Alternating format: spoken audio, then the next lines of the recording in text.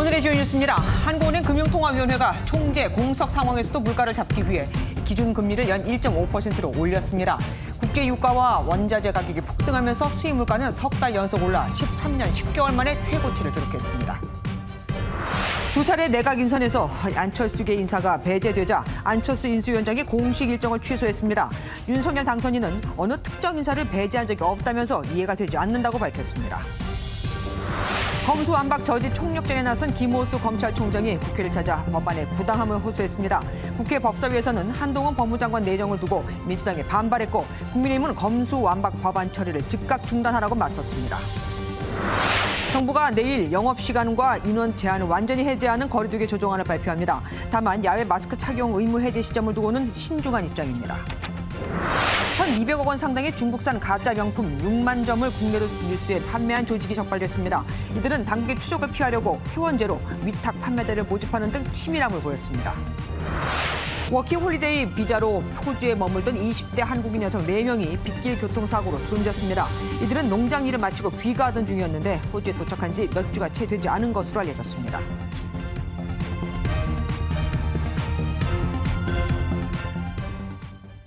한국은행 금융통화위원회가 총재가 없는 이 상황에서도 기준금리를 1.5%로 0.25%포인트 올렸습니다. 총재가 없기에 당초 5월에 금리를 인상하지 않겠느냐는 관측이 적지 않았지만 물가를 잡는 게 더 급했던 겁니다. 또 앞으로 통화 정책의 완화 정도를 적절히 조정해 나갈 것이라고 했습니다. 오늘 올린 기준금리도 완화적인 수준이기 때문에 추가 금리 인상이 필요하다는 뜻으로 읽힙니다. 첫 소식 윤지원 기자가 준비했습니다. 한은 금통위가 만장일치로 기준금리를 0.25%포인트 인상했습니다. 지난해 8월부터 이뤄진 4차례 인상으로 기준금리는 연 1.5%로 올라섰습니다. 특히 사상 처음 한은 총재가 공석인 상황에서 열린 금통위에서 기준금리 인상을 결정한 건 물가 상황이 그만큼 심각했다는 판단 때문입니다. 우크라이나 사태로 인해서 물가 상승 압력이 예상보다 장기화될 가능성도 있겠다 하는 판단이 들었습니다. 그래서 총재 공석임에도 불구하고 저희가 대응하지 않을 수 없었다 이렇게 말씀드리고 싶습니다. 또 미국 중앙은행이 이른바 빅스텝으로 불리는 공격적인 금리 인상을 예고하고 있고 국내 경제가 회복세를 보인다는 점도 기준금리 인상 배경으로 작용했습니다. 다만 추가적인 금리 인상에 대해서는 물가와 성장을 균형 있게 고려하겠다고 밝혔습니다. 시장에서는 연내 2차례 정도 추가 인상을 통해 기준금리가 2%대로 올라설 것으로 보고 있습니다. 이번 금통위를 포함해서 한 3번 정도 되지 않을까라고 생각을 했었는데 신임 총재가 오시고 그 이후에 향후 나오는 지표들 특히 수출 같은 것들이 그렇게 많이 둔화가 안 된다 그러면 속도가 빨라질 수는 있겠는데. 또한 한국은행은 올해 경제 성장률 전망치를 3.0%에서 2%대 중후반으로 하향 조정할 것을 시사했습니다. MBN 뉴스 윤지원입니다. 한국은행이 기준금리를 올린 건 물가를 잡기 위해서지만 금리를 올려도 물가를 잡는 건 쉽지 않습니다. 수입 제품의 가격이 오르면 들어오는 가격이 오르니 파는 값이 높아지는 건 당연하게 되거든요. 그런데 지난달 수입 물가가 13년 만에 최고치를 기록했습니다. 배준우 기자입니다. 부산 공동어 시장 일대에 어선들이 정박해 있습니다. 선박용 경유 가격이 지난해보다 2배 오른 200리터당 22만 원을 넘게 치솟아 고기잡이를 할수록 손해라 일찍 항구로 들어왔습니다. 한 보름 전부터 굉장히 유가가 급등하게 되었습니다. 그래서 저희들이 휴업 기간이 남았음에도 불구하고 저희들이 조기 철망하는 어선들이 많이 발생하게 되었습니다. 지난달 수입 물가 지수는 148.8을 기록해 1년 전보다 35% 이상 올랐습니다. 1971년 통계 작성 이래 최고치입니다. 국제 유가가 110.93달러로 20% 이상 올랐고 원재료 물가는 광산품을 중심으로 13.7% 상승했습니다. 철근, 시멘트 등 주요 자재 가격도 20% 이상 급등했습니다. 이런 수입 물가의 고공행진이 당분간 이어질 것이란 전망이 우세합니다. 현재 해외에서 발생하고 있는 상황은 구조적인 요인이 꽤 있고 유동성을 회수하는 작업이 필요하기 때문에 어느 정도의 시간은 유지될 가능성이 있고요. 대한상의 조사에 따르면 원자재값 급등으로 기업 10곳 중 3곳이 물건을 팔수록 손해를 걱정한다고 답한 것으로 나타났습니다. MBN 뉴스 배준우입니다. 안철수 인수위원장이 순진했던 걸까요? 대통령 후보 단일화 때 종이 쪼가리 말고 날 믿으라 하던 윤석열 당선인이 내각 인선에 안철수계 인사를 한 명도 기용하지 않았죠. 안 위원장은 인수위 일정을 전면 취소했고 윤 당선인은 이해할 수 없다며 불편한 심기를 드러냈습니다. 결국 국민의힘과 국민의당의 합당도 올스톱됐습니다. 당직자 중 일부 명예퇴직, 국민의당 부채, 합당 후 지도부 구성 등을 놓고 협상을 마무리하는 단계였다고 하는데 말입니다. 우종환 기자가 보도합니다. 인수위 코로나 특위 회의가 진행 중이지만 한가운데 자리가 비었습니다. 코로나 특위 위원장을 맡고 있는 안철수 인수위원장이 참석하지 않았습니다. 안 위원장은 어제 발표된 2차 내각 인선 이후 윤석열 당선인과의 만찬을 시작으로 모든 일정을 취소했습니다. 다음에 또 일정이 있어요. 안 위원장이 추천한 인사가 1차 내각 인선에서 배제됐고 2차 내각 발표 때는 명단도 통보받지 못한 걸로 전해졌습니다. 안철수 캠프 선대위원장으로 단일화를 설득했던 최진석 교수는 종이 쪼가리 말고 날 믿어달라는 말의 신뢰는 그 사람 내면의 크기가 지켜준다는 말로 비판했습니다.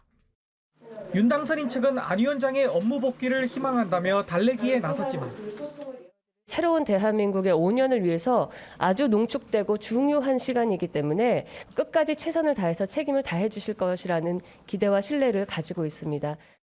정작 윤 당선인은 안 위원장을 이해할 수 없다며 불편한 심기를 드러냈습니다. 그래서 저는 좀 이해가 안 됩니다만은 제가 추천을 받았고요. 그리고 또 이 인선 과정이 어떤 방식으로 이루어지는지에 대해서도 설명을 드렸고 거기에 대해서 무슨 아무 문제가 저는 없다고 생각합니다. 안 위원장의 정치적 결단이 임박했다는 관측이 나오는 가운데 대선 36일 만에 공동정부 파국 조짐을 보이고 있습니다. MBN 뉴스 우종환입니다.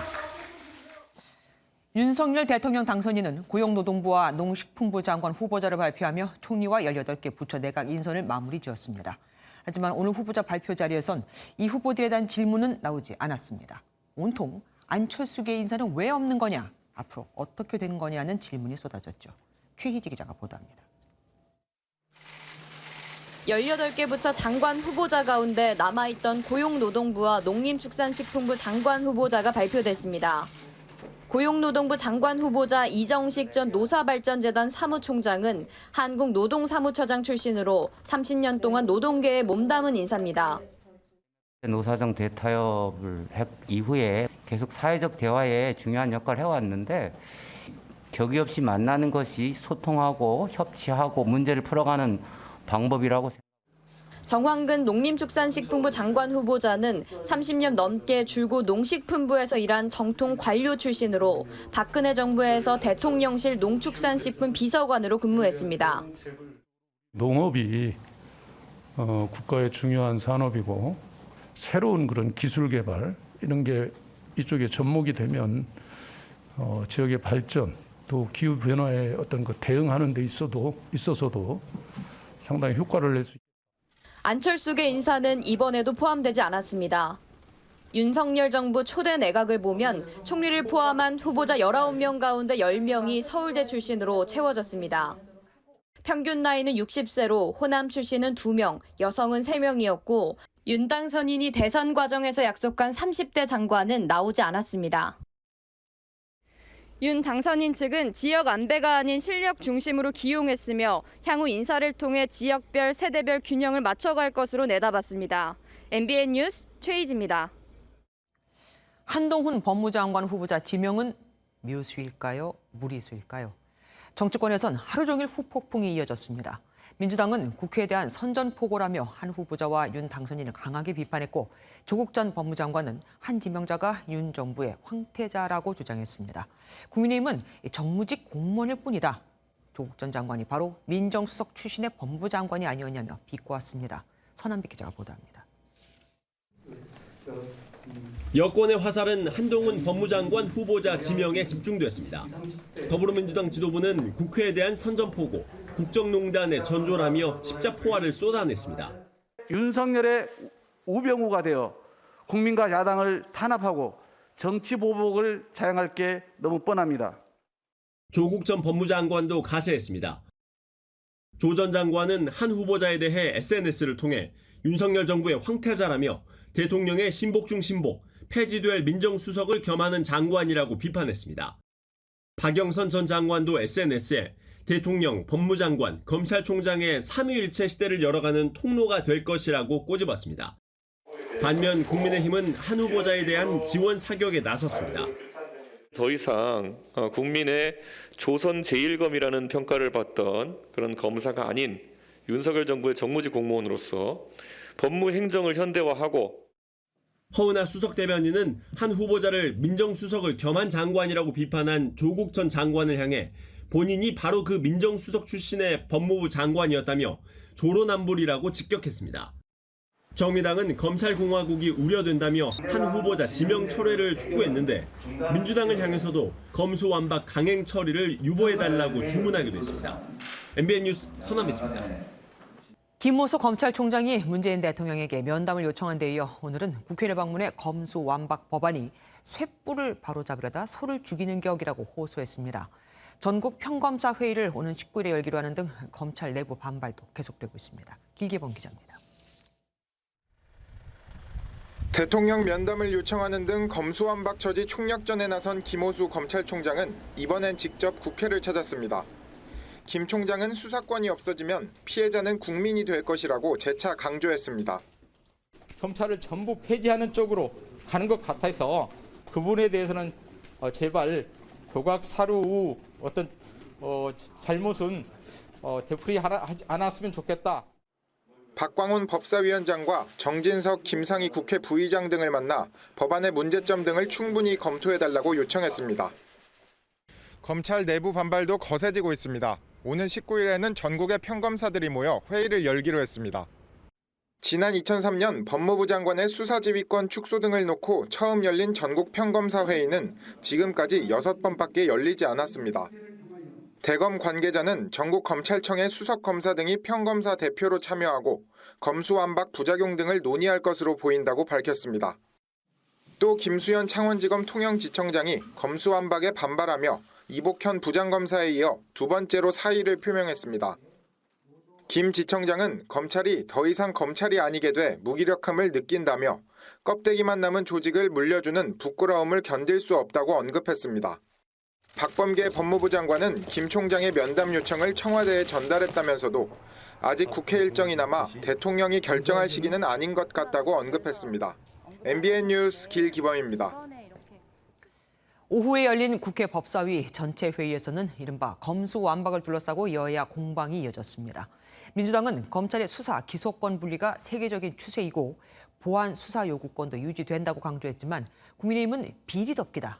법안을 발의하기도 전에 당론부터 정한 건 아이가 태어나기도 전에 출생 신고부터 한 셈이라고 비판했습니다. 백길종 기자가 보도합니다.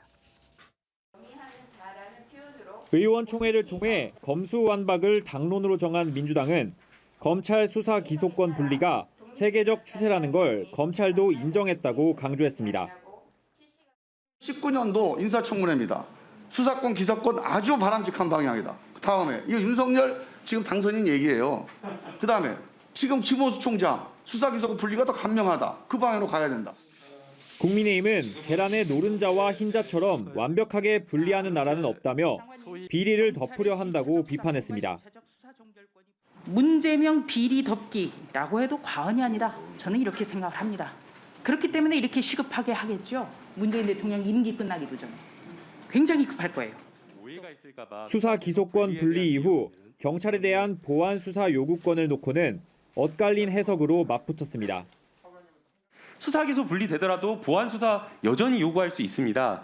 그래서 이제 앞서 박경수 의원님도 그걸 이제 좀 착오에 의해서 잘못 말씀하신 걸로 보이고 이해를 잘못했다고 말씀하시는데 그 부분에 대해서는 보안 수사 요구를 할 수 있는 것이지 보안 수사를 직접 할 수가 없도록 돼 있습니다.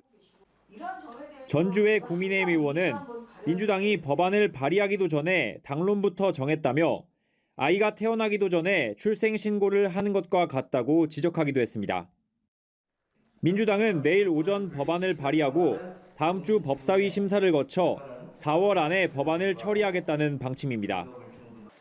MBN 뉴스 백길종입니다.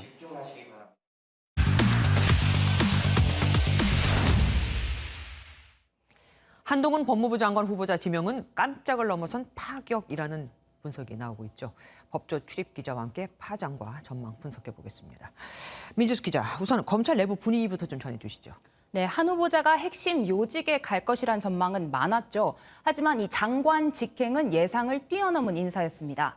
저희 법조팀에서 취재한 수많은 전현직 관계자 중 이를 예측한 사람은 단 한 명도 없었는데요. 네. 이 때문에 당혹스럽다는 반응과 함께 기대와 우려가 엇갈리고 있습니다. 한 검찰 관계자는 한 후보자가 특수통으로 알려져 있지만 법무부 검찰과 인사 업무, 대검 정책기획과장 등을 거쳐 장관으로서 업무 역량은 걱정할 게 없다, 이렇게 기대했습니다. 하지만 일각에서는 검찰 구성원이 지금 이 검수 완박을 막기 위해 똘똘 뭉쳐 있는데 이제 민주당은 더 강경하게 나올 테고 이를 막을 수 없게 된 것 아니냐는 우려의 목소리도 나왔습니다. 한동훈 후보자가 최연소 법무부 장관 후보자 아닙니까? 김호수 검찰총장과 기수 차이가 얼마나 납니까? 네, 한 후보자는 사법연수원 27기인데요. 김호수 총장은 20기로 무려 7기수 선배입니다. 네. 네, 물론 요즘 세상에 무슨 기수 타령이냐 이렇게 하시는 분들도 있을 텐데요. 기수 문화가 아직 강하게 남아있는 검찰 조직에서 이 두 사람이 공존하기란 쉽지 않을 것이란 전망이 나옵니다. 일단 김 총장은 어제 업무 수행에 있어 기수는 중요하지 않다고 생각한다며 인사권을 존중한다는 입장을 밝혔습니다. 현재 김 총장은 이 검수완박 법안을 막겠다며 총장직까지 걸어놓은 상태인데요. 이 국회 입법이 어느 쪽으로든 결론이 나면 김 총장의 거취에 관심이 쏠릴 것으로 보입니다. 정치권과 법조계에서는 한동훈 후보자의 임명이 검수완박에 대한 맞불이다, 이렇게 말도 나오고 있습니다. 네, 일단 윤석열 당선인은 한 후보자 지명과 검수완박은 관계가 없다, 선을 그었습니다. 들어보시죠. 한동훈 법무장관 지명이 검수완박에 대한 대응 차원이냐는 얘기들도 나오는데 상관없고 우리 법무행정을 좀 현대화하고 국제 기준에 맞게 사법 시스템도 좀 바꾸고. 하지만 민정수석이 폐지되면 사실상 이 법무부 장관이 그 역할을 대신하게 되는데 그만큼 연관지어 볼 수밖에 없는 상황입니다. 네. 지금 민주당은 검찰의 직접 수사권을 박탈한 다음 이를 한국형 FBI로 불리는 중대범죄수사청에 만들어 넘기는 방안을 고려하고 있는데요. 이 발의한 법안 내용들을 살펴보면 중수청 또는 특수청을 이 법무부 산하에 두기로 되어 있습니다. 이 때문에 정치권 관계자는 민주당이 한 후보자가 서울중앙지검장을 맡아 수사를 하는 게 두려워 검수완박을 추진하고 있는데 이 중수청이 법무부 산하로가 한 후보자의 지휘를 받게 된다면 무슨 의미가 있겠느냐, 이렇게 밝힐 정도입니다. 그래서 민주당이 허를 찔렸다는 말이 나오는 거군요. 참, 법무부 장관은 상설특검도 제안할 수 있는 자리 아닙니까? 그러면은 검찰이 수사권을 뺏겨도 그 특검을 통해서 수사할 수 있는 거잖아요. 맞습니다. 이 특별검사 관련 법률을 보면요. 이 법무부 장관이 수사가 필요하다고 판단한 사건에 대해 특검을 발동할 수 있다고 돼 있습니다. 이 때문에 대장동 수사나 월성 1호기 경제성 조작 사건 등을 이 한 후보자의 의지에 따라 특검으로 수사할 수 있다는 의미입니다. 상설 특검의 문제는 어차피 제도화된 그 문제를 어떤 권한을 행사할 것인가의 문제인데요. 때문에 윤 당선인이 한 후보자를 임명해 이 검수완박 법안이 통과된 이후를 대비한 게 아니냐, 이런 분석이 많습니다. 아무래도 민주당은 이래저래 한동훈 검사장의 청문회 송곳 검증을 할 수밖에는 없을 것 같습니다. 법무부 장관, 그러면 청문 준비단도 꾸려졌겠네요. 네, 준비단은 서울 고검에 꾸려질 예정인데요. 단장으로는 27기 동기인 주영환 법무부 기조실장을, 총괄팀장에는 신자용 서울고검 송무부장, 공보팀장에는 대검 대변인 출신인 권순전 부산지검 서부지청장을 선임했습니다. 특히 한 후보자의 오른팔로 불리는 신 부장검사는 한 후보자와 함께 사법행정권 남용 의혹 등을 수사한 특수통입니다.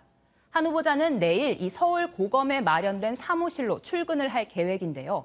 통상 법무부 장관 후보자가 출근 첫날 서울 고검장을 예방하는데 공교롭게도 이 자리엔 한 후보자와 악연이 많은 친정부 성향의 이성윤 고검장이 있습니다. 이 두 사람이 만나게 될지도 관전 포인트가 될 것으로 보입니다. 만나게 되면 어떤 표정을 지을지도 정말 궁금합니다. 어쨌든 오늘 얘기 들어보니까 당분간은 한 후보자가 논란의 중심에 있을 것 같습니다. 분석엔 지금까지 민지숙 기자와 함께했습니다. 고맙습니다. 2년 동안 거리두기 조정안이 몇 번이나 나왔는지 아십니까? 정태진 기자가 세어봤더니 무려 50번이었습니다. 이렇게 제한되어 왔던 우리의 일상이 이제 정상화됩니다. 다음 주부터 영업시간과 모임 등 제한이 완전히 사라지게 되거든요. 내일 새 방역 체계가 발표됩니다. 정태진 기자입니다. 정부는 다시 한번 코로나 유행 정점이 완전히 지났다며 지금이 일상을 위한 방역 대응을 새롭게 꾸려야 할 시기라고 밝혔습니다. 이에 다음 주 월요일부터 영업시간과 모임, 결혼식과 집회 등 참석 인원 제한을 모두 푸는 거리두기 조정안을 내일 발표합니다. 지난 2020년 5월 처음으로 시행된 사회적 거리두기가 2년 만에 종료되는 겁니다. 거리두기로 가장 큰 피해를 봤던 자영업자들은 벌써부터 기대감을 나타냈습니다. 그동안 많이 힘들었는데 이제는 손님들이 많이 오실 거라고 기대하고. 이에 더해 정부는 현재 이렇게 실외에서 착용하고 있는 마스크를 벗는 방안도 검토하고 있습니다. 다만 야외 마스크 착용 의무 해제 시점을 신중히 검토 중입니다. 지금 솔직히 학교에서도 대면하는 와중에 그 중간에 걸린 학생들이 꽤 많거든요. 이미 다 한 번씩 걸리고 그랬어가지고 솔직히 이 실외에서 마스크 벗는 거에 대해 전 되게 긍정적으로 생각하고 있습니다. 거리두기를 해제하는 것과 실외에서의 마스크를 해제하는 것은 조금 다른 문제인 것 같습니다. 완전히 생활 방역까지 해이해질 가능성이 있기 때문에 지금으로서는 2, 3주간 좀 더 유행의 상황을 살펴보면서 신중하게. 오늘부터 60세 이상의 4차 백신 접종이 시작된 가운데 방역 당국은 앞으로 고령층의 사망을 최대한 줄이는 것에 초점을 맞출 계획입니다. 이에 격리 기간과 감염병 등급 등 새로운 의료 체계를 담은 포스트 오미크론 대응 계획을 내일 함께 발표합니다. MBN 뉴스 정태진입니다. 평택 제천 고속도로 나들목 인근에서 트럭과 승용차들이 잇따라 부딪혀 7중 추돌 사고가 발생했습니다. 특히 이삿짐 트럭이 심하게 부서졌는데 이 운전자는 숨졌죠. 이삿짐들이 도로에 나뒹굴면서 한때 극심한 정체가 빚어지기도 했습니다. 윤규란 기자가 보도합니다. 구조대원들이 앞부분이 심하게 찌그러진 하얀색 1톤 트럭을 살핍니다. 다른 쪽에선 화물차와 승용차가 뒤엉켜 있고 도로엔 차에서 떨어진 물건들이 흩어져 있습니다. 오늘 오후 1시 5분쯤 평택 제천 고속도로 제천 방향 서안성 나들목 인근에서 화물차 4대와 승용차 3대가 연쇄 추돌했습니다. 이 사고로 1톤 이삿짐 트럭 앞부분이 심하게 찌그러지면서 운전자가 크게 다쳤는데 병원으로 옮겼지만 숨졌습니다. 다른 승용차 운전자 1명도 다쳤습니다. 사고 현장입니다. 사고 당시 뒤엉킨 차량과 트럭에서 쏟아진 화물 등으로 2개 차로가 전면 통제되면서 20여 분 동안 극심한 정체가 빚어지기도 했습니다. 사고는 7대의 사고 차량 중에 두 번째로 달리던 화물차가 앞서가던 트럭을 들이받으면서 연이어 발생한 것으로 알려졌습니다. 저도 좀 파악하고 있어서 원인은 뭐 여러 가지 있겠지만 포미추돌을 해가지고 연쇄한 거거든요. 경찰은 사고 차량 운전자 진술과 블랙박스 영상 등을 토대로 구체적인 사고 원인을 조사하고 있습니다. MBN 뉴스 윤기란입니다. 호주에서 SUV 차량과 트레일러가 충돌해 차량에 타고 있던 4명이 모두 숨졌습니다. 여행하며 취업도 하는 워킹 홀리데이를 갔던 한국인 여성 4명이 그 차에 타고 있었습니다. 고정수 기자가 보도합니다. 현지 시간 13일 호주 퀸즐랜드주의 뉴잉글랜드 고속도로. 은색 SUV와 트레일러 트럭이 엇갈린 채 서 있습니다. SUV의 옆면과 창문은 심하게 부서졌습니다. 호주 ABC 방송은 현지 경찰 당국을 인용해 트럭과 SUV 간 충돌로 SUV에 탄 한국인 여행객 4명이 현장에서 숨졌고 트럭 운전자가 부상을 당했다고 보도했습니다. 여행객은 호주에 몇 주가량 체류한 20대 여성들로 농장에서 일을 마치고 귀가하다 사고를 당한 것으로 전해졌습니다. I was struck on the driver's side of the vehicle, and the truck and the vehicle continued down the road until the truck could stop. 현지 경찰은 사고 당시 비가 내렸고 SUV가 고속도로 진입 과정에서 트럭에 진로를 양보하지 않았다고 보고 있습니다. 또 정확한 사고 조사를 위해 목격자나 블랙박스 확보에 나서는 한편 한국 영사관 측과 협의 중입니다. MBN 뉴스 고정수입니다. 심야에 음주운전을 한 주한 미군이 체포됐습니다. 도저히 차가 들어갈 수 없는 좁은 골목길로 들어선 겁니다. 만취 상태에서 차를 몰다가 차량 10여 대를 파손하고 주택 담벼락까지 덮쳤습니다. 김태형 기자가 보도합니다. 사이드미러가 부서지고 곳곳이 훼손된 차량 옆에서 경찰이 외국인 남성에게 미란다 원칙을 고지합니다. 도로교통법 위반, 현행범 체포합니다. 변호사 선임할 수 있고. 차량 옆엔 오토바이들이 쓰러져 있고 주택 곳곳에 부서진 흔적이 보입니다. 오늘 새벽 0시 40분쯤 서울 용산의 한 골목길에서 음주운전을 한 주한미군 20대 남성 A씨가 경찰에 체포됐습니다. A씨는 서울 마포구의 한 식당에서 술을 마신 뒤 용산구까지 차량을 운전하다 사고를 낸 것으로 알려졌습니다. 꽝꽝 뭐 우르릉 전쟁 난 것 같이. 여기 내가 30년 넘게 살았는데 들어올 수 없어요. 차가 해서 다 부서지고 사람은 노랑머리한 그 젊은 외국인이고 술이 챘나 보다는 건 느꼈지.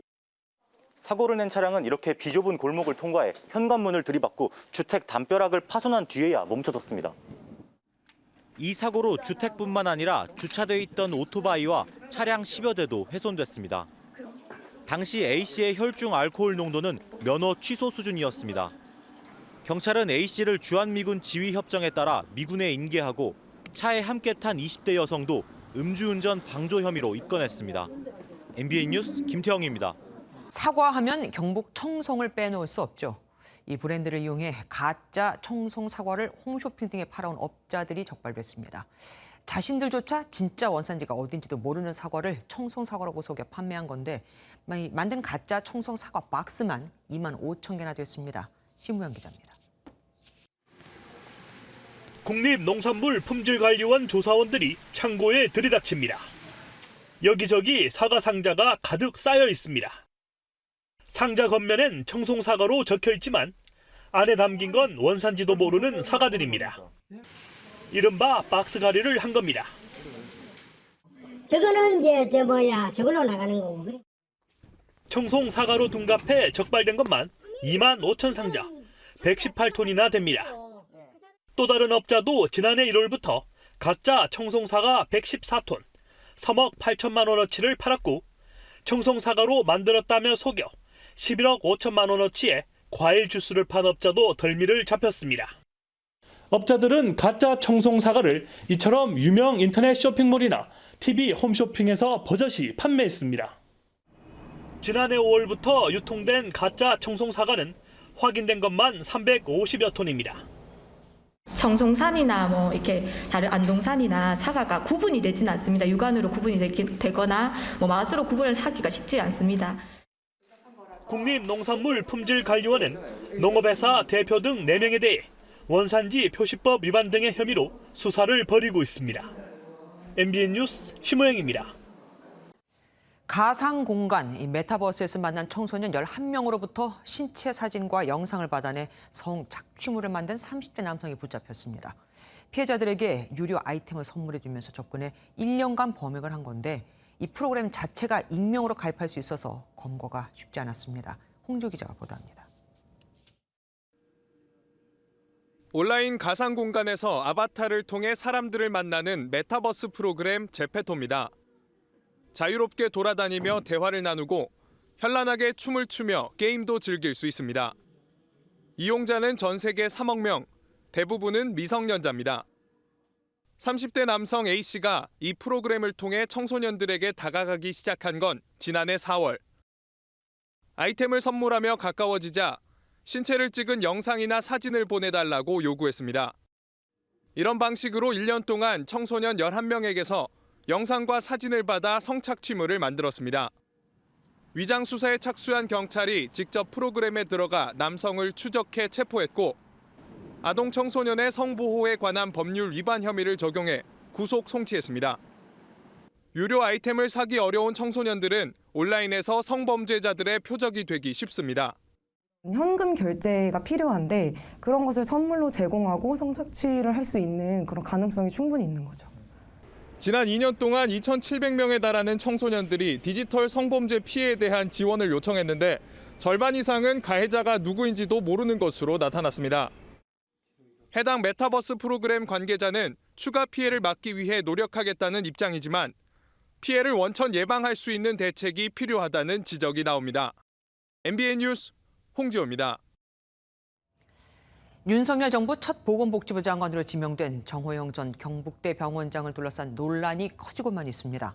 경북대 의대에 편입한 딸과 아들이 편입 전 아버지가 재직 중이던 경북대학교 병원에서 봉사활동을 했다고 입학원서에 써냈고 아들은 또 아빠 논문에도 이름을 올렸으니 일명 아빠 찬스가 아니냐 이거죠.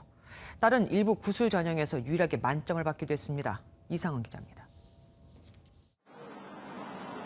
정호영 보건복지부 장관 후보자의 딸과 아들 모두 정 후보자가 병원 고위직으로 재직했던 시기 경북대병원 봉사활동을 한 것으로 확인됐습니다.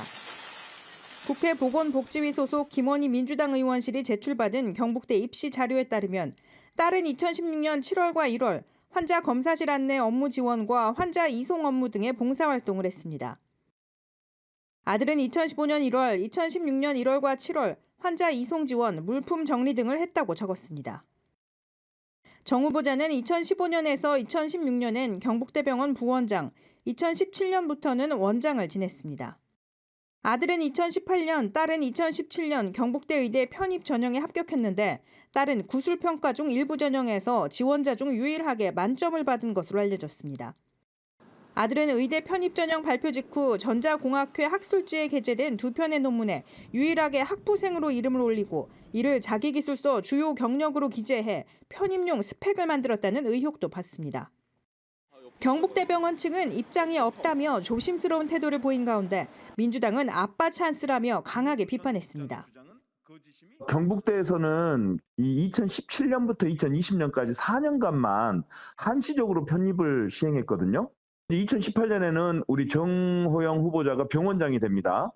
그때 갑자기 특별 전형이 생기면서 대구 경북 지역 소재 대학 출신이었던 아들이 합격합니다. 정 후보자는 적법한 절차로 편입했다며 사퇴 의사가 없음을 밝혔지만 더불어민주당은 정 후보자 자녀의 편입학 의혹 진상 조사를 위해 교육부에 경북대 편입 전형에 대한 특정 감사를 요구하며 인사청문회 공세를 예고했습니다. MBN 뉴스 이상입니다.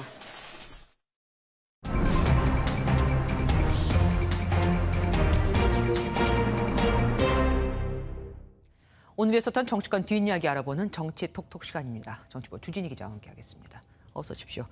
방금 들으셨겠지만 정호영 복지부 장관 후보자의 아빠 찬스 논란이 참 계속되고 있습니다. 후폭풍도 클 것 같아요. 당장 조국 전 장관하고도 비교가 되지 않습니까? 네, 맞습니다. 그런 이유 때문에 민주당 소속 교육위 소속 의원들이 아빠 찬스라며 교육부는 당장 감사하라는 성명서를 냈고요. 당도 거센 비판을 내놓고 있습니다. 윤석열 당선인의 40년 직이라는 점이 발탁 배경이라는 지적을 받고 있습니다. 두 자녀의 편입학에 관여했다면 매우 심각한 사안으로 공직이 문제가 아니라 사법 처리가 필요합니다. 아무래도 그 조국 전 장관도 윤석열 당선인의 절친인 정호영 후보자 자녀 의혹에 대해서 검찰이 압수수색이나 논문 관련 관계자 조사를 할 수 있을 거냐며 SNS에 비판을 더했습니다. 또 조국 사태를 비판했던 진중권 전 동양대 교수도 가자 조국 시즌2 국힘편이라는 글을 올리기도 했습니다. 만약 이게 사실로 드러나면 아무래도 윤 당선인 입장에서도 타격이 크겠습니다. 조국 전 장관과 관련된 영화도 나온다면서요? 네, 맞습니다. 조국 전 장관의 법무부 임명부터 사퇴까지 다룬 다큐멘터리 영화가 만들어진다고 하는데요. 제목은 그대가 조국으로 정의를 잃어버린 검찰 권력의 초상이라는 주제라고 하고요. 5월 전주국제영화제 개봉이라고 제작사는 설명하고 있습니다. 세월호를 다룬 부재의 기억을 연출한 이승준 감독이 맡았고 노무현 전 대통령의 죽음부터 비슷한 패턴을 반복한다는 것을 보여준다고 합니다. 한동훈 법무부 장관 후보자를 두고도 정치권에서 논란이 뜨겁지 않습니까? 그런데 갑자기 한 후보자의 영어 실력이 또 화제가 되고 있습니다. 네, 사실 그 한동훈 후보자의 지명이 파격적이라는 기자들 질문에 윤석열 당선인이 이렇게 답했기 때문입니다. 유창한 영어 실력으로 또 다양한 국제 업무 경험도 가지고 있고 그리고 글로벌 스탠다드에 맞는 이런 사법 제도를 정비해 나가는데 적임자라고. 바로 이런 해명 때문에 법무부와 영어가 도대체 무슨 관계냐는 이야기가 나왔고 한덕수 국무총리 후보자와 유상범 의원은 이렇게 해명을 했습니다. 사실상 그 비자의 문제, 그러니까 국제적으로 우리나라가 뻗어나가는 데 있어서 법무부가 해야 할 일이 엄청나게 많습니다. 그런데 저는 사실은 한 번도 우리 한동훈 장관 후보가 영어를 하시는 것을 들어본 적은 없습니다. 그 와중에도 본인의 자기 개발까지도 열심히 해서 영어까지도 이제 잘한다, 뭐 이렇게 말씀을 하신 걸로. 그래서 영어를 정말로 잘하던가요? 네, 그래서 한동훈 후보자의 양력을 한번 살펴봤는데요. 컬럼비아대 로스쿨을 나와서 미국 변호사 시험도 통과를 했습니다. 예. 아마도 당연히 영어 실력은 있을 것 같고요. 법조 기자들에게 물어보니 법조 기자들 사이에서도 잘하는 것으로 알려졌다고 합니다. 네, 다음으로 넘어가겠습니다. 국민의힘 지방선거 공천에서 강원지사를 신청한 김진태 의원이 전 의원이죠. 탈락했다고요? 네, 맞습니다. 김진태 전 의원은 과거에 세월호 인양을 하지 말자는 발언 등으로 구설에 오른 바가 있습니다. 네. 국민의힘 공천관리위원회에서도 이제 탈락의 이유를 이렇게 설명을 했습니다. 과거 그분의 일부 발언들이 국민 통합에 저해된다. 그것이 저희한테 중요한 결정 변수였습니다. 황상무 후보의 강점이라고 하면 아무래도 정치 신인이라는 점과 오랜 방송 경험에 따른. 네, 그 김진태 전 의원은 아무래도 이게 과연 공정과 상식에 부합하냐며 이의 신청이 받아들여지지 않는다면 특단의 대책을 강구하겠다고 항의를 했습니다. 또 모두 관심을 모으고 있는 대구시장 경선에서는 김재원, 유영아, 홍준표 예비 후보의 경선을 치르게 됐고요. 21일에 최종 후보자가 발표된다고 합니다. 예. 그리고 대선 패배 후에 두문불출하던 이재명 고문이 드디어 모습을 드러냈습니다. 네, 맞습니다. 그 이재명 후보가, 즉 지금은 이재명 민주당 상임 고문이죠. 한 헤어 디자이너가 SNS에 한 달 만에 뵙는 후보님이라며 흑발로 염색한 사진을 올렸습니다. 헤어컷과 염색이 필요하다는 소식에 서울서 만났다면서 이재명 고문이 끊임없이 고맙다, 신세를 많이 졌다고 해서 마음이 찡했다는 소감도 덧붙였는데요. 지방선거가 본격화되면서 다시 활동에 나서는 게 아니냐는 추정도 나오고 있습니다. 기지개를 펴는 것 같은 느낌도 듭니다. 지금까지 정치톡톡 주진희 기자와 함께했습니다. 고맙습니다.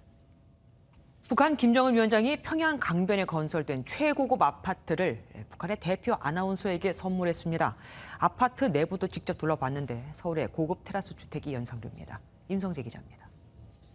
평양 보통강변에 형형색색의 테라스가 딸린 고급 주택단지가 들어섰습니다. 김일성 주석이 1970년대 주석궁으로 옮기기 전까지 살았던 5호댁 관저가 있던 곳으로 평양 내 명당 중 명당으로 손꼽히는 곳입니다. 환한 얼굴의 김정은 국무위원장은 직접 준공식에 참석해 가시적인 성과를 과시했습니다. 또 하나의 천지개벽을 펼치며 완공된 보통강 강한 다락식 주택구는 우리 인민에게 세상에 부러움없는 최상의 물질 문화적 복리를 안겨주는 것. 조선중앙TV 간판 아나운서 리춘희에겐 새 집을 선물했습니다. 김 위원장은 리춘희의 손을 직접 맞잡고 집안을 둘러보는가 하면 가족과 함께 소파에 앉아 기념사진까지 찍었습니다. 혁명의 마이크와 함께 고결한 삶을 수놓아온 리춘희 방송원과 같은 나라의 보배들을 위해서라면 아까울 것이 없다는 것이. 김일성 생일 110주년 태양절을 맞아 건설 성과를 통한 애민정치 과시 의도로 풀이됩니다. 주택을 배정받은 사람도 이미 최상위층의 생활을 하고 있던 사람들이에요. 그러니까 김정은식 선물 정치다 이렇게 봐야겠죠. 군과 관련해선 과거 강등됐던 인물들을 포함한 95명에 대한 승진 인사를 발표하며 사기를 진작시키는 모습을 보였습니다. MBN 뉴스 임성재입니다.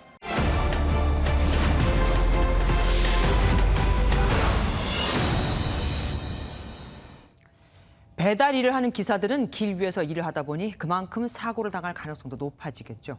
하지만 일하다가 다치거나 숨져도 보험금을 받기가 쉽지 않습니다. 이 조건이 있는데 배달 일의 특성상 맞추기가 힘들거든요. 강재묵 기자가 탐사임에서 알아봤습니다. 지난달 점심시간에 배달을 하다 교통사고로 숨진 A씨.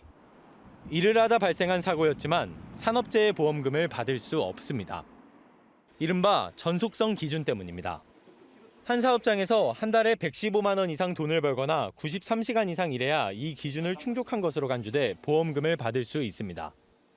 일을 시작한 지 얼마 되지 않는 A씨는 두 곳에서 일감을 받아 배달을 했는데 두 곳 수입을 합쳐 100만 원가량을 번 것으로 알려졌습니다. 특히 배달업 특성상 초보자나 부업으로 일을 하면 이 전속성 기준을 충족하긴 쉽지 않습니다.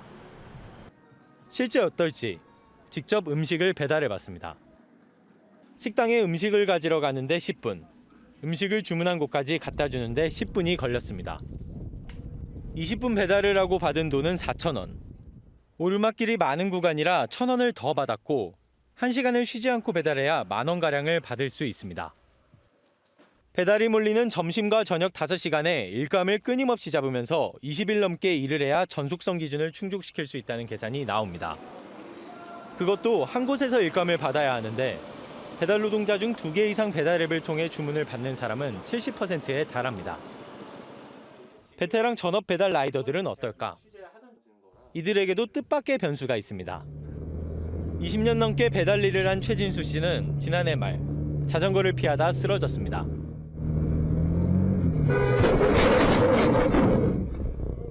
하지만 최 씨는 근로복지공단으로부터 보험금 지급이 어렵다는 설명을 들었습니다. 아니 보험료는 여태까지 계속 냈는데 이 사고가 날 것을 대비해서 근무를 많이 해야 되나? 이런 이상한 의아심 같은 게 들기도 하고. 공단 측은 사고가 난 12월 전달인 11월의 근무 시간 부족을 사유로 설명했고 최 씨는 몇 차례 확인 끝에 겨우 보험금을 받았습니다. 전속성 기준이 있는 한 잠깐만 일을 쉬어도 보험금을 받을 수 없는 겁니다. 최소한의 사회 안전망인 사회보험제도는 새로운 형태의 노동인 특수형태 근로종사자와 플랫폼 노동자들을 소외시키고 있습니다.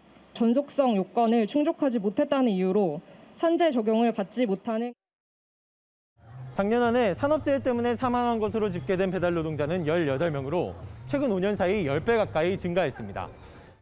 위험에 내몰리는 배달 노동자들을 위한 안전망이 시급합니다. 탐사임입니다.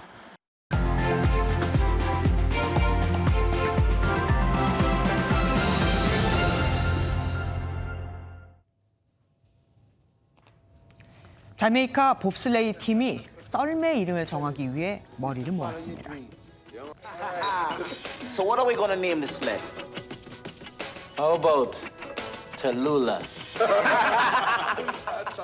동료들은 이상하다며 비웃지만 이내 태도를 바꿉니다. That's my mother's name. Tallulah. That's nice. I like it. So what's it gonna be, Star? 비웃음은 사라지고 예쁜 이름이라며 급하게 수습하는 모양이 큰 웃음을 주죠.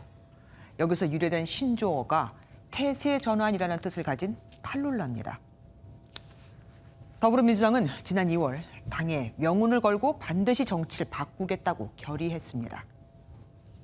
절박한 정치개혁 과제를 대선 결과에 상관없이 반드시 실천할 것을 국민 앞에 엄숙하게 결의하고 약속드립니다. 민주당 의원들은 정치개혁과 민생법안의 신속한 처리를 당론으로 정했죠. 대통령 선거를 열흘 앞두고 기득권을 내려놓는 정치개혁에 헌신하겠다고 다짐한 건데 그런데 불과 한 달 열 사흘 뒤 열린 어제 민주당 의원총회는 영 딴판이었습니다. 검수완박을 앞세우는 검찰개혁 목소리만 가득했거든요. 여기서 기득권 정당의 나눠 먹기식 기초의회 구성을 협파하기 위한 정치개혁 얘기는 들리지 않았습니다.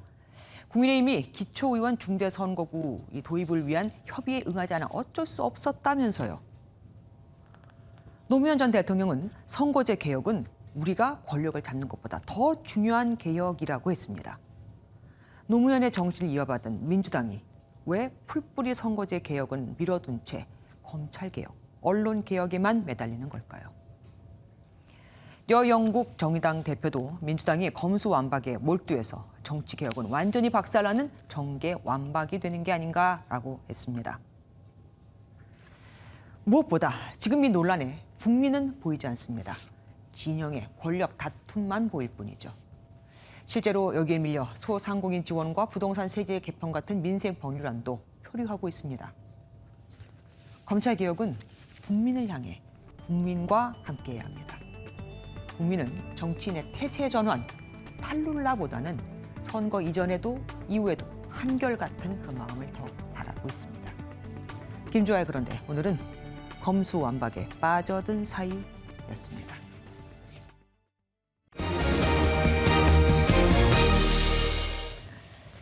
우크라이나가 러시아 흑해 함대의 자존심으로 불리는 모스크바함을 자국 미사일로 피격했다고 밝혔습니다. 하지만 전략의 요충지 마리우폴은 사실상 함락 위기에 처했죠. 러시아가 5월 9일에 마리우폴에서 열병식을 준비하고 있다는 주장도 나왔는데 이건 그 이전까지 완전히 이곳을 점령하겠다는 의미겠죠. 김근희 기자가 보도합니다. 러시아 흑해 함대의 기압 역할을 하는 순양함 모스크바 함입니다. 길이 186m, 배수량 12,500톤으로 약 500명이 승선 가능하며 승리의 상징이자 러시아 해군의 자존심으로 평가받습니다. 그런데 우크라이나 오데사주 주지사가 방위군이 발사한 넵튠 미사일로 모스크바함을 적중시켜 상당한 피해를 줬다고 밝혔습니다. 이에 러시아 국방부는 모스크바함에서 큰 화재가 났지만 단순 사고라고 주장했습니다. 넵튠은 우크라이나군이 자체 개발한 미사일인 만큼 모스크바함 피격이 사실이라면 상징적 의미가 크다는 분석이 나옵니다. 하지만 남부 요충지 마리우폴은 러시아군이 사실상 핵심 시설 대부분을 장악하며 함락 직전 상황입니다. Той факт, що 90% інфраструктури зруйнувала Російська Федерація, бомбардувала лікарні, бомбардувала бомбосховища. 러시아가 5월 9일 2차 세계대전 승전 기념일을 맞춰 마리우폴에서 열병식을 준비하고 있다는 주장도 나왔습니다. 마리우폴 시장의 보좌관은 러시아군이 5월 9일 열병식을 열 수 있게 도심의 잔해와 시신을 치우라는 명령을 내렸다고 주장했습니다.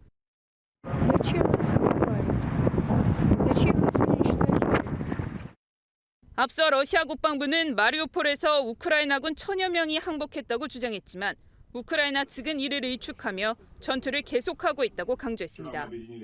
MBN 뉴스 김근희입니다. 중국산 가짜 명품 6만 점, 1,200억 원 상당을 국내로 밀반입해 팔아온 조직이 적발됐습니다. 당국의 추적을 피하고자 회원제로 된 사이트를 개설해 위탁 판매자를 모았고 상품을 배송할 때도 허위 정보를 사용했습니다. 치밀했죠. 장명훈 기자입니다. 경기도 북부 모처의 한 대형 창고. 창고 안 선반에 해외 유명 브랜드 상품들이 가지런히 쌓여 있습니다. 모두 중국산 모조품입니다. 지난 2018년부터 유명 브랜드 모조품을 밀반입해 국내에 유통해온 판매 총책 A씨 등 4명이 세관 당국에 적발됐습니다. 세관 당국이 압수한 짝퉁 상품들입니다. 이 창고에 있는 것만 하더라도 15,000점 정도 되는데 신발부터 의류까지 그 종류도 다양합니다.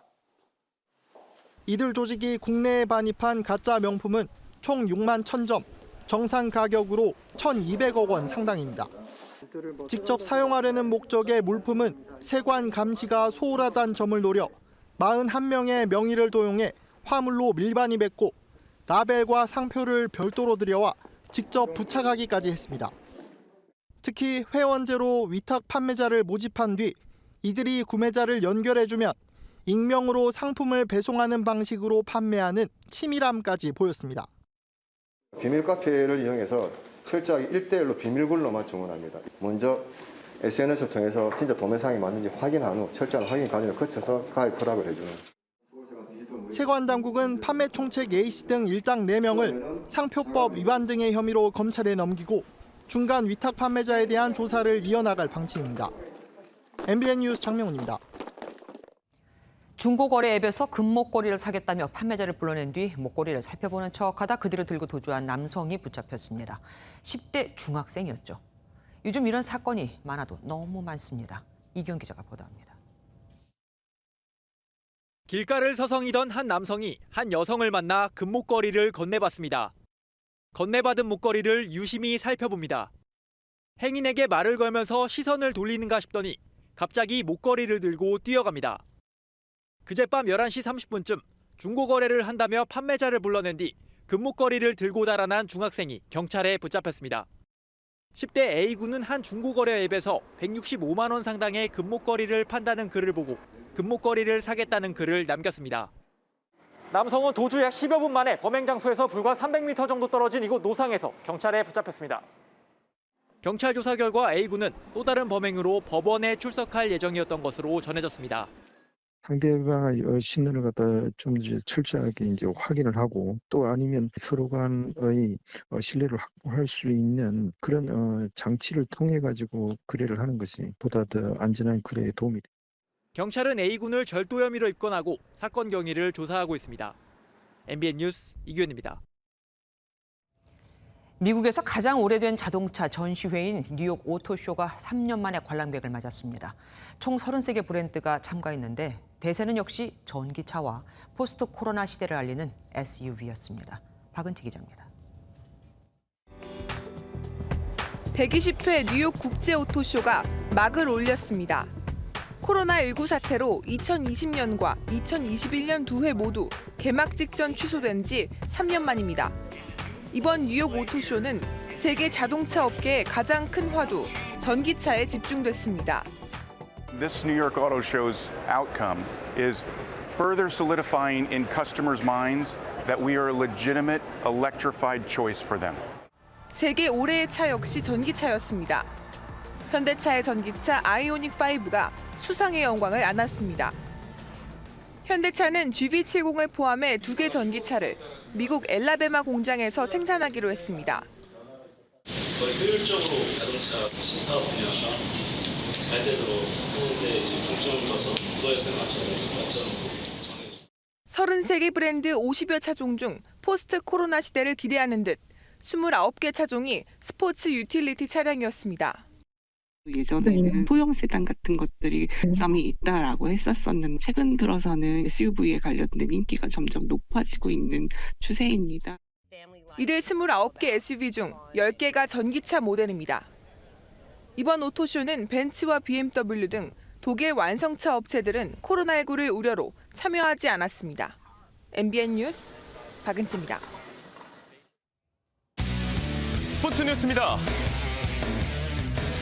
프로야구 SSG 랜더스가 투수진과 타선 모두 빈틈없는 모습으로 개막 최다 연승 타이 기록이죠. 10연승을 질주하고 있습니다. 이제 역대 최다 기록인 11연승을 넘보고 있는데요. 내친 김에 정용진 구단주가 시구에 나설 모레까지 13연승에 도전할 기세입니다. 최영규 기자입니다.